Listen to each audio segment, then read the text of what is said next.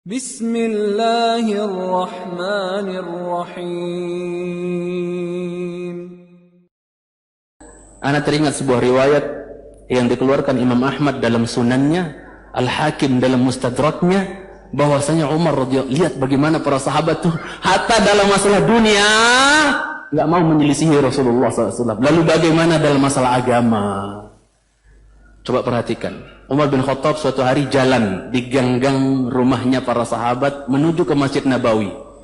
Jalan. Umar bin Khattab dengan tampangnya, antum tahulah, wong dehemannya saja dalam hadis Muslim bikin tukang cukur kencing berdiri. Ya kan? Beliau mau cukur, bukan beliau mau bekam di kepala, maka beliau cukur dulu. Tapi pas dicukur nggak sengaja, dehem. Itu tukang cukurnya langsung kencing berdiri. Saking itu dehemannya Umar, saking menggelegar, suaranya mungkin kayak gemuruh atau apa gitu kan. Maka apa? Yang sebenarnya upahnya bukan 40 dirham, maka untuk uang kaget dikasih 40 dirham oleh Umar radhiyallahu taala anhu. Umar jalan menuju masjid. Tiba-tiba di pertengahan jalan ada talang untuk, biasanya untuk jatuh hujan ya, talang. Itu apa? Dari rumahnya seorang sahabat ada talang. Moncong ke jalan. Maka beliau katakan, wallahi la uhawilanna, demi Allah ini saya akan lencengkan ini talang. Ini kok menghadap jalan nanti ngenain orang gitu kan? Ya, kok agak ngelenceng ke jalan nanti ngenain orang ini. Siapa punya? Naik dia nggak pakai ngomong, langsung dia naik. Seret. Dia apa? Dipalingkan itu talang itu, jangan sekalian. Dipalingkan arahnya. Ini Al-Hakim meneriwayatkan Imam Ahmad dalam Musnad. Dilencengkan, turun, datang ke masjid. Biasa nanya-nanya, siapa tuh punya talang, masang-masang talang apa ngoncong ke jalan nanti kena orang apa basah keciprat apa, siapa itu? Maka apa? Para sahabat mengatakan, itu yang masang Rasulullah lo Umar, katanya. Itu talang yang masang siapa? Rasulullah SAW. Nggak pakai ngomong, langsung kemana? Naik lagi ke atas. Diarahkan persis yang diarahkan oleh Rasulullah sallallahu alaihi wasallam. La ilaha illallah. Dalam perkara dunia saja mereka enggak berani menyelisihi Rasulullah SAW. Bagaimana masalah agama? La ilaha illallah. Tanggung jawab mereka yang apa? Mengajak manusia, mengajak umat kepada yang bukan ajaran Rasulullah sallallahu alaihi wasallam. Allah tuntut nanti di hari kiamat. Waliyatubillah. Contoh lain saya bawakan misalnya Abdullah bin Mas'ud yang tadi saya bilang tipis betis. Ya, kurus radhiyallahu taala anhu. Tapi antum tanya, ini ayat dari Al-Fatihah sampai An-Nas, tanya di mana turunnya, kapan turunnya, tentang apa turunnya, semuanya dia tahu. Bahkan dia pernah menantang, siapa yang merasa dirinya lebih jago, lebih paham ilmu tafsir dibandingkan saya, di mana dia berada, saya akan musafir melakukan perjalanan jauh untuk datangi dia. Kalau ada yang lebih canggih dalam ilmu tafsir. Subhanallah. Maka apa jemaah sekalian cintai? Ibnu Mas'ud suatu hari mau datang ke masjid. Sahabat, ada dua sahabat lagi berantem. Biasa, jangankan ikhwan sekarang berantem gara-gara apa. Ini depan Nabi, dua sahabat di masjid berantem. Wah, kalau bahasa kita sekarang gitu kan, saling tunjuk. Maka apa jemaah sekalian cintai? Rasulullah SAW mengatakan apa? Ya, ijlisu, duduk. Antum perhatikan di sini. Mungkin sebagian pernah mendengar. Rasulullah SAW mengatakan, duduk semuanya. Kan berantem itu pada berdiri kan, berantem. Wah, kata Rasul, duduk. Rasul yang ngomong duduk, nggak ada yang berani apa? Ngutang berdiri, enggak. Pada duduk semua. Qaddarallah masya'a fa'al. Pas Rasul bilang, ijlisu, duduk. Abdullah bin Mas'ud datang dari luar, nggak ngedong apa-apa, orang berantem, orang nggak paham. Tapi ketika beliau sampai di tengah-tengah pintu, pas Rasul mengatakan apa? Duduk.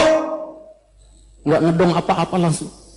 Dia duduk di pas tengah-tengah pintu masjid. Duduk di situ. Orang-orang bingung. Loh, Ibnu Mas'ud ngapain ngalangin orang di masjid itu? Apa di pintu? Rasul sudah bersabda, untuk tariqah haqqah. Berikan jalan itu apanya? Haknya. Duduk di pintu. Maka Rasul menegur, Ibnu Mas'ud, ya, kok duduk di situ? Orang mau masuk dan seterusnya. Apa kata dia? Ya Rasulullah, apa kata Ibnu Mas'ud radhiyallahu taala anhu, khasyitu an ukhalifaka fa ahlak. Aku khawatir akan celaka, akan binasa ya Rasulullah gara-gara menyelisihimu, kata siapa? Kata Abdullah bin Mas'ud. Wong tadi ketika aku masuk engkau mengatakan duduk, ya aku duduk katanya. Padahal dia nggak ngedong apa-apa. Lihat bagaimana para sahabat radhiyallahu taala anhum ajma'in. Ya, hatta dalam masalah dunia nggak berani menyelisih Rasulullah, apalagi mengganti-ganti dalam masalah agama, nggak berani mereka. Makanya jamaah sekalian cintai karena Allah Subhanahu wa taala dalam hadis Bukhari, dalam hadis Haud, dalam hadis apa? Dalam hadis berkenaan tentang telaga Nabi nanti di mahsyar, ya. Kan Haud itu kan telaga Nabi di padang mahsyar. Kalau Kausar di dalam surga. Yang airnya dalam hadis Muslim, yang airnya telaga Nabi itu airnya terpancar dari 2 talang dari dalam surga. Paham nggak? Bisa ngayal nggak antum? Bisa ngayal kan?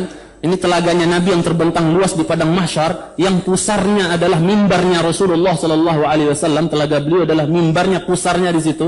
Maka apa? Airnya itu mengalir dari 2 talang dari dalam surga.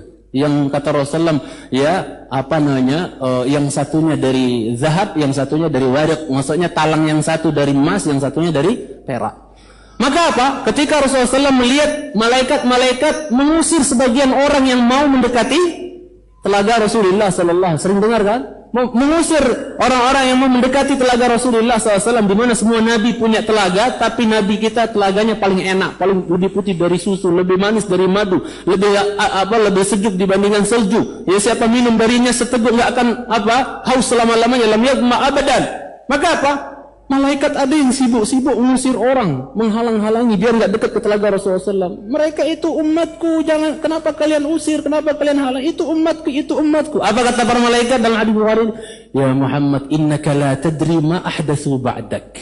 Awas, yang berani ganti-ganti. Muhammad, kamu kan nggak paham, nggak ngerti apa yang mereka perbuat, mereka ada-adakan, ya, sok kreatif gitu loh, ya, membuat amalan-amalan yang nggak ada contoh dan tuntunannya dari Rasulullah. Kamu kan nggak tahu Muhammad setelah kamu meninggal mereka berbuat apa, nggak tahu kan kamu? Maka apa?